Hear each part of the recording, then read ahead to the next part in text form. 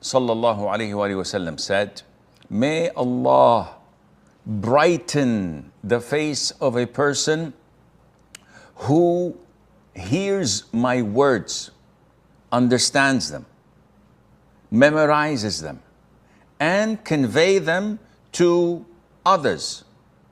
It may be that someone carries knowledge and gives it to one who understands it better than him. Three things will never allow a Muslim's heart to be corrupted: sincerity in deeds for Allah, advising the leaders of the Muslims, and staying with their community, with the congregation, with the jama'ah, for the supplication of the community, of the congregation, encompasses those behind them. This beautiful hadith highlights a number of issues. Among them is how to attain the brightness of the face. No creams, no lotions, no body care. The Prophet said, alayhi salatu wasalam, may Allah brighten the face of a person. Al-Imam al-Sindi said, this hadith means that may Allah grants him clearness of the face, glow and beauty, where he would be beautified and adorned through the knowledge he carries, which would take him to the adornment of Jannah. Al-Imam Ibn Uyaynah says, may Allah have mercy on his soul, no one serves the hadith of the Prophet ﷺ, meaning learning it, protecting it, studying it, and explaining it to others. No one does this except you will find in his face adornment and beauty and glow because of this hadith that gives the glad tiding. And this is something we could see. The scholars of Islam, those who act upon it and deliver it, you can see there is a glow in their face. It's not of makeup. It's not something made up or faked. Rather, it's a glow from Allah Azza wa Jal. The Prophet says, alayhi salatu wasalam, may Allah brighten the face of a person who hears my words, understands them, memorizes them, and conveys them to others. Which means that the person who would get this brightening of the face and the glow and the beauty has to do the following: listens and hears the hadith, memorizes it, continues to perfect it, and then he delivers it to the people without any distortion, without any shortening or summarizing or changing any of its words.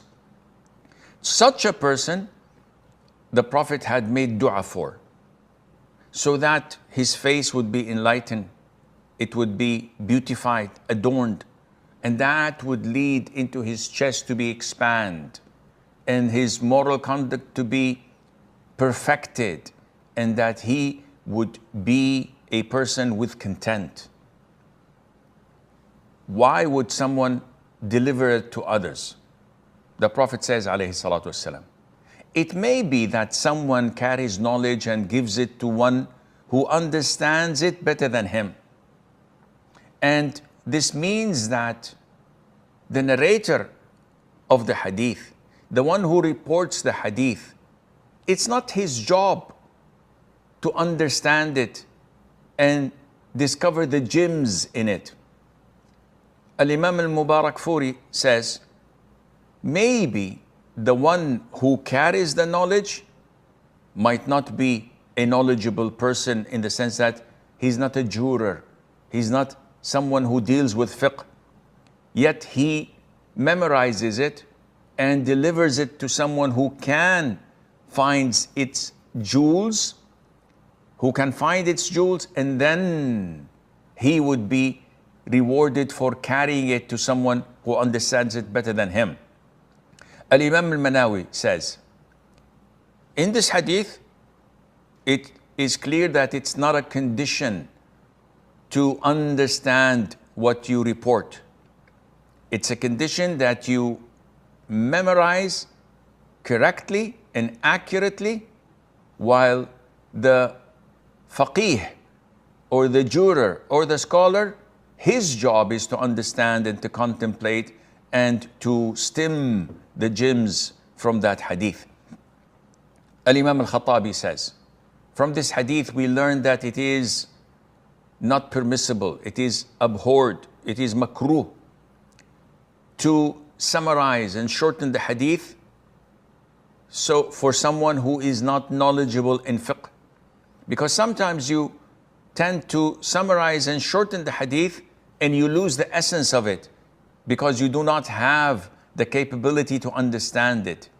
And Ibn Taymiyyah, may Allah have mercy on his soul, says, in this hadith, dua, the Prophet is clearly giving this dua to those who carry the hadith, not to those who understand it and explain it. And you can just think how much knowledge those who understand it and explain it, and how much reward they would get if only the transporters are getting this dua. Then what about those who explain and understand? Definitely they are more rewarded.